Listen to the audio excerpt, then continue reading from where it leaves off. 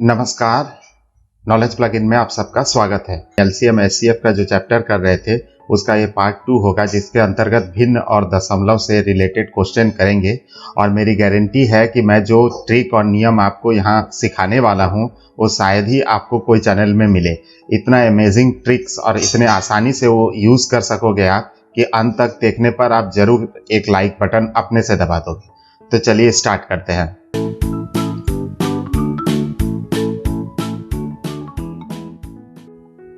जैसे अगर कहा जाता है 24, 36, 40 का मस है यानी एचसीएफ निकालिए, तो उस क्वेश्चन में जनरली ऐसा सीधा सीधा नहीं लिखा रहता है। लिखा हुआ ये रहता है कि वह बड़ी से बड़ी संख्या ज्ञात कीजिए जिससे 24, 36, 40 पूर्णतः विभक्त हो।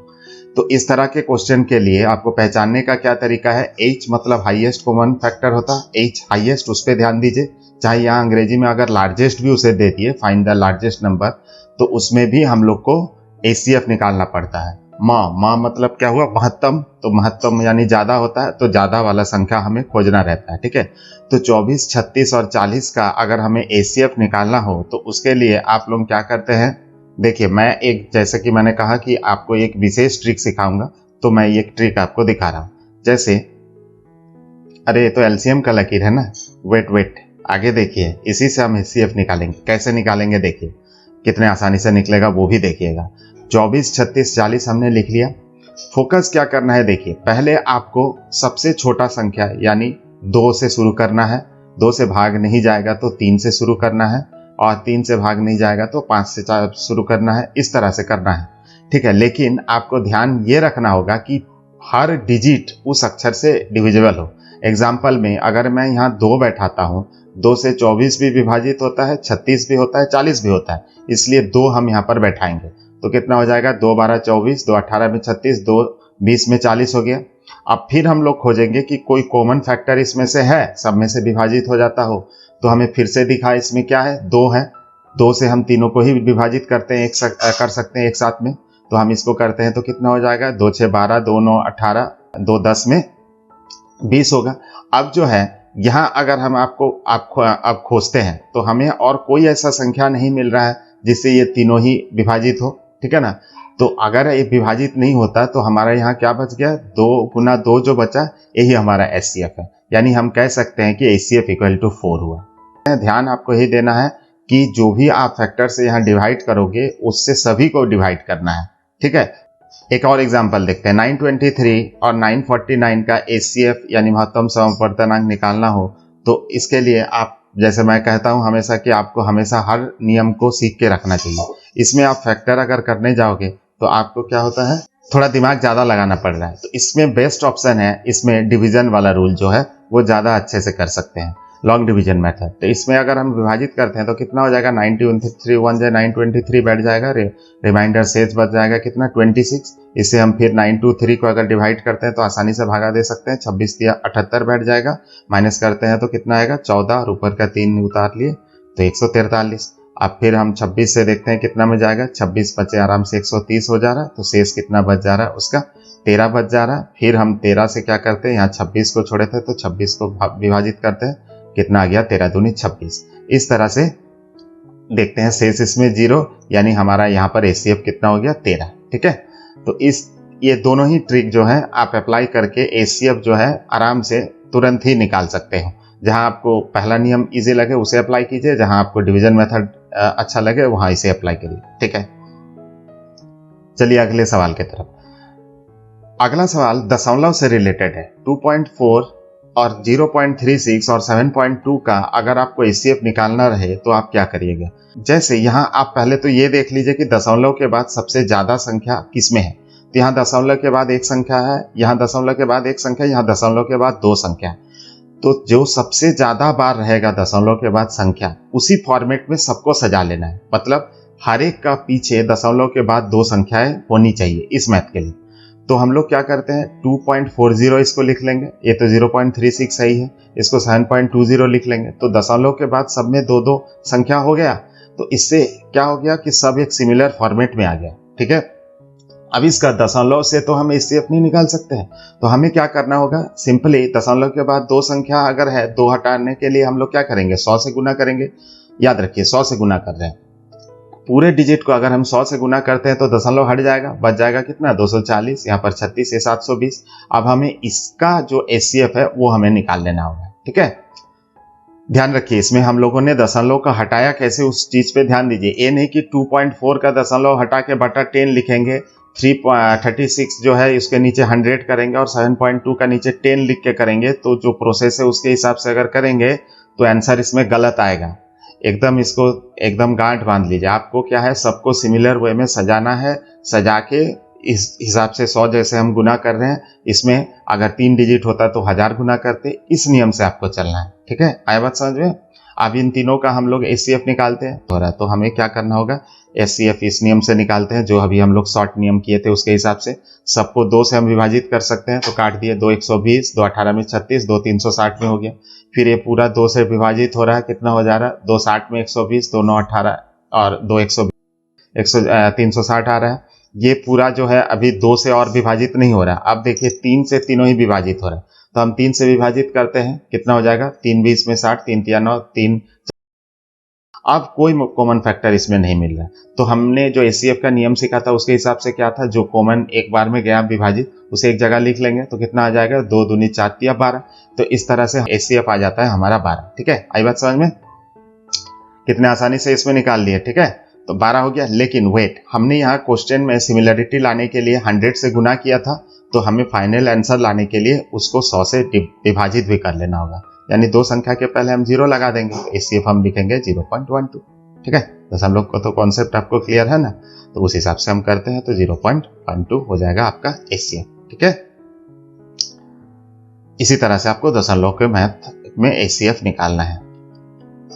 चलिए अब कुछ LCM के क्वेश्चन कर लेते हैं। LCM के क्वेश्चन में क्या पूछा जाएगा, बोला जाएगा, वह छोटी से छोटी संख्या कौन सी है जो 4 6 8 9 12 से पूर्णतः विभाजित होगी। ठीक है, डायरेक्ट नहीं पूछ रहा है कि 4 6 8 9 12 का LCM करिए।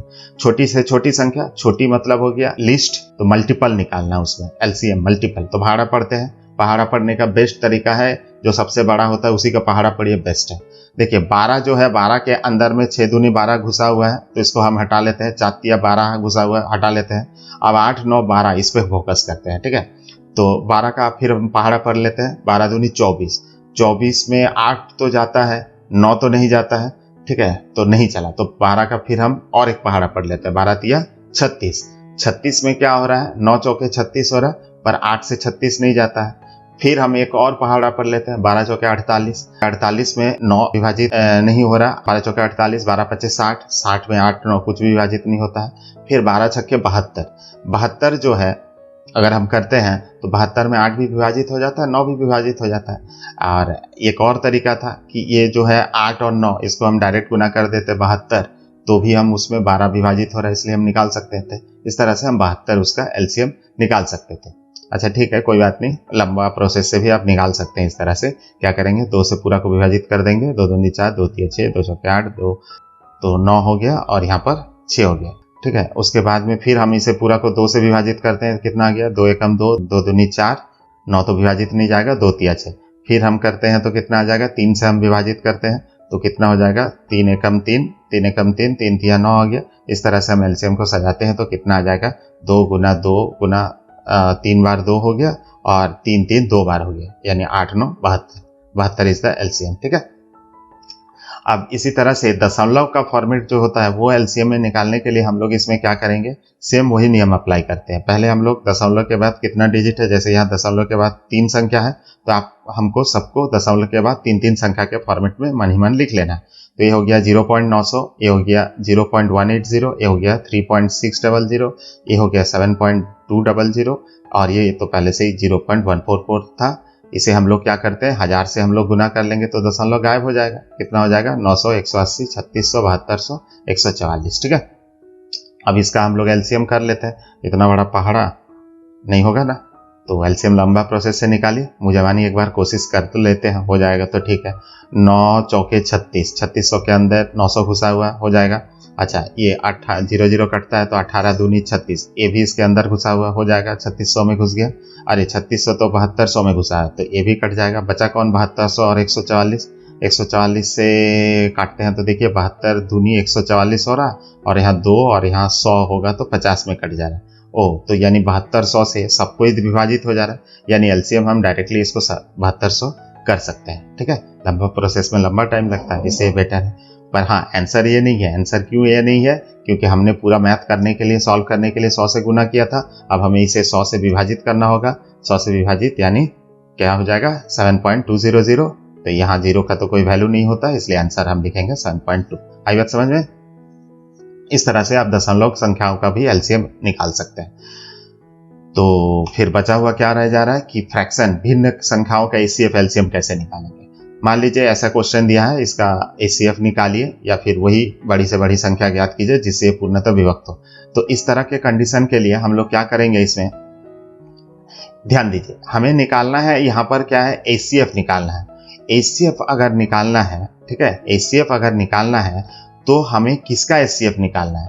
हमें जो ऊपर वाले संख्या है उनका एचसीएफ निकालना है, और ठीक उल्टा जो नीचे वाले संख्याएं होंगे, कौन सा, यहाँ 10, 25, 35, 40, इनका हमें एलसीएम निकालना होगा।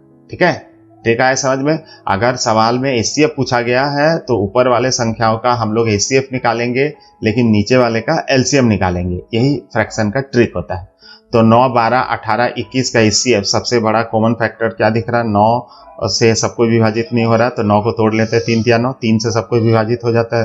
तो एलसीएम के लिए हम लोग यहाँ एचसीएफ हमारा निकला कितना, यहाँ पर 3 आ गया। तो एचसीएफ हमारा 3 हमने लिख लिया। एलसीएम नीचे का निकालते हैं, 10, 25, 35, 40। तो 10 चौके 40 होता है, इसलिए 10 को हम छोड़ देते हैं। 25 और 40 में से 7 बच्चे 35 होता है, 7 तीनों में ही नहीं है, तो ये 7 को उठा के साइड में रख लीजिए। तो कितना बच जा रहा है, यहाँ 5 बचेगा, 7 5 35 का, 5 25 40 बचेगा। 5 25 के अंदर होता है, इसलिए उसको भी भूल जाइए। 25 और 40 का हमें करना है। 25 और 40 में बड़ा 40 है, उसका पहाड़ा पढ़ना बहुत आसान है, पढ़ लेते हैं। कितना आ जाएगा? 40, 100 तक अगर पहुंच रहा है, 40 नहीं पहुंचता है, 100, 200 पहुंचता है। 40 8 200 होता है, तो 200 गुना 7 करते हैं तो कितना आ जाएगा? 1400। तो इस तरह से एलसीएम मुंह 1400 निकालिए, या फिर आप तोड़ तोड़ के करना है तो उसमें भी कर सकते हैं। तो फाइनल आंसर के लिए हमने क्या कहा था, ऊपर एचसीएफ और नीचे एलसीएम होगा, यानी ऊपर 3 नीचे 1400। आई बात समझ में?